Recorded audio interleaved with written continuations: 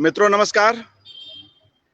त्रिलोचन पर एकाग्र का आयोजन इन दिनों जनसुलभ पुस्तकालय की ओर से हो रहा है और आज उसकी 10वीं कड़ी है और उस कड़ी में हमारे साथ आदरणीय ध्रुव शुक्ल जी हैं।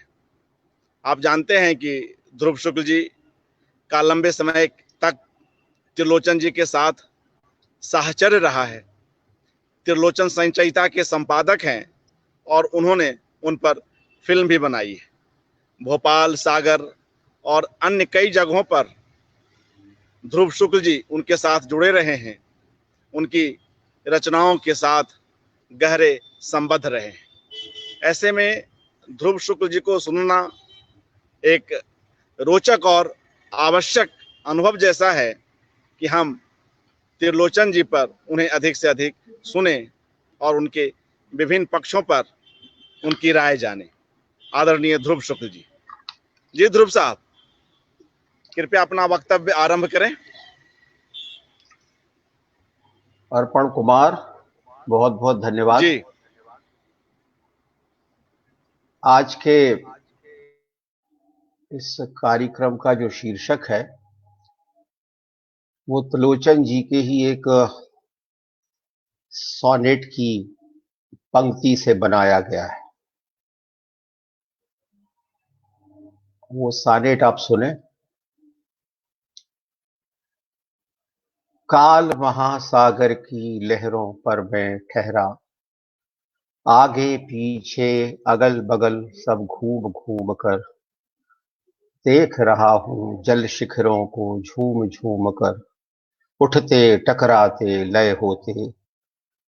कितना गहरा तल है कोई कैसे जाने, साहस पहरा देता है विश्वास अकेला, रूम रूम कर अटल उन्नीशा के तरु से लूम लूम कर, लहराता है हो जाता है आप इकहरा।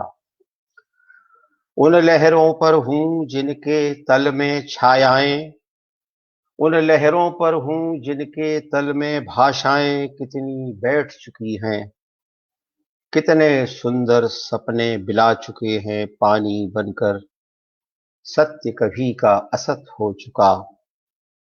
अब नई नई आशाएं दिग दिगंत आकाश सिंधु वसुधा पर अपने अपने रूप संवार रही है, भाव अभी का।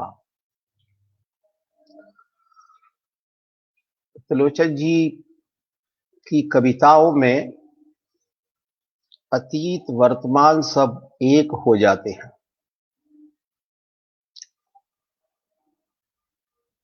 और वो अपनी कविता की जो ऊर्जा है जैसे कहीं बहुत अनंत से खींचने वाले कवि हैं। और एक तरह से वो कहीं कहते भी हैं कि वो मध्य युग के भाववाही कवि भी है, इसीलिए उनका संबंध तुलसीदास से भी है। वो कहते हैं कि तुलसी बाबा भाषा मैंने तुमसे सीखी, मेरी सहज चेतना में तुम रमे हुए हो। उनके साथ मेरा जो संबंध है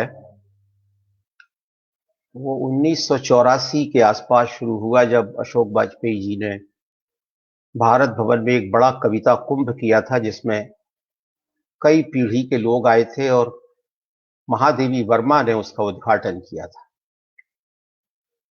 महादेवी आई थी और व्हील चेयर पर आई थी, तो मैंने भी, सुमन जी उनकी व्हील चेयर चला रहे थे, तो मैंने भी सुमन जी से कहा था कि थोड़ा सा परदादी की व्हील चेयर में भी चला लेता हूं।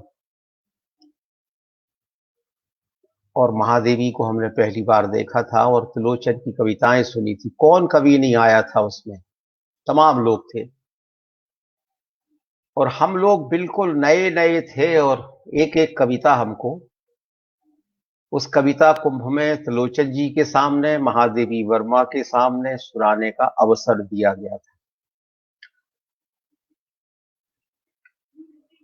वहां से त्रिलोचन जी से संबंध शुरू हुआ और फिर 1984 से लेके 1990 तक मेरे शहर सागर में, जो मेरा जन्म स्थान है, वहां मुक्तिबोध सृजन पीठ पर अध्यक्ष बने। ये अशोक वाजपेयी जी की ही खूबी रही है कि उन्होंने युवाओं को वरिष्ठों से जोड़ने का बड़ा उपक्रम किया।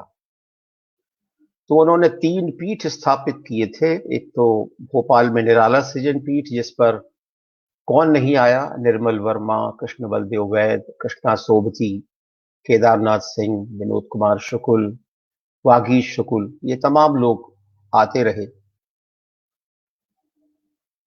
प्रेमचंद पीठ पर शमशेर बहादुर सिंह कई साल तक रहे और त्रिलोचन जी सागर में मुक्तिबोध पीठ पर रहे। उस पीठ पर पहले हरिशंकर परसाई थे। तो इन पीठों में हम लोगों का सानिध्य पड़ा, इन सब वरिष्ठ लेखकों से। और त्रिलोचन जी चूंकि सबसे अधिक समय रहे और मैं सागर आता जाता था, तो उनसे मिलता था। और आप जानते हैं कि वो बहुत गप्प लड़ाने वाले आधुनिक लेखक रहे हैं।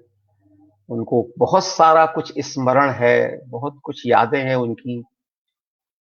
उनके बारे में कहा जाता है कि वो कुछ किस्से भी बनाया करते हैं अपने मन से, जिस पर मैं विश्वास नहीं करता, क्योंकि मैंने उनको बहुत सुना है और बहुत सीखा भी है उनसे। दूसरा, मैं जब, मेरे एक मित्र हैं सुनील शुक्ला, जो बड़े अच्छे फिल्म मेकर हैं, भोपाल में ही रहते हैं। उनकी इच्छा हुई कि त्रिलोचन जैसे कवि पर एक फिल्म बनाई जाए। तो उस समय से मेरा त्रिलोचन पर शोध करने की शुरुआत हुई। मैंने त्रिलोचन को काफी फिर पढ़ा, समझा, देखा। और फिर उसकी शूटिंग सागर में की, कुछ भोपाल में भी की, कुछ पुरानी रिकॉर्डिंग्स का इस्तेमाल किया। और वो फिल्म अभी महात्मा गांधी अंतर्राष्ट्रीय विश्वविद्यालय के अभिलेखागार में सुरक्षित होगी, ऐसा मुझे लगता है।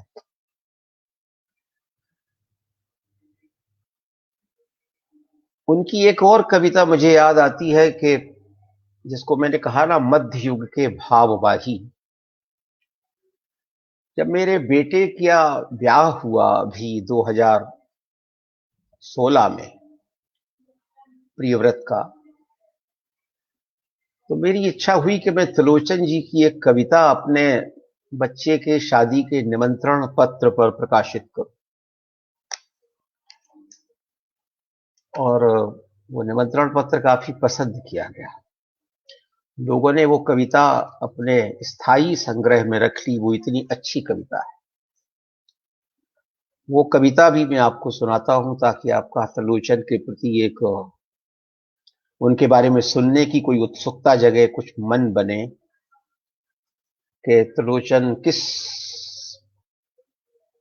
किस ज्योति को, किस प्रकाश को, किस आलोक को अपनी कविता में अर्जित करते रहे, कहां से अर्जित करते रहे, वो कौन सा जीवन है। तारकों से ज्योति चलकर भूमि तल पर आ रही है, आ रही है, आ रही है अंधेरी रात, कल है ब्याह का दिन, दीपकों से गांव का एकांत अमलिन, जागती है नारियां आज अपने गीत से, वे तारकों को हैं जगाती, साज शादी के सजाती। आज सारा गांव एक प्राण मिलकर, आज सबका हर्ष जागा है विमलतर। आज जीवन रागिनी अभिराम उठकर और उठकर, छा रही है, छा रही है, छा रही है। तारकों से ज्योति चलकर भूमि तल पर आ रही है, आ रही है।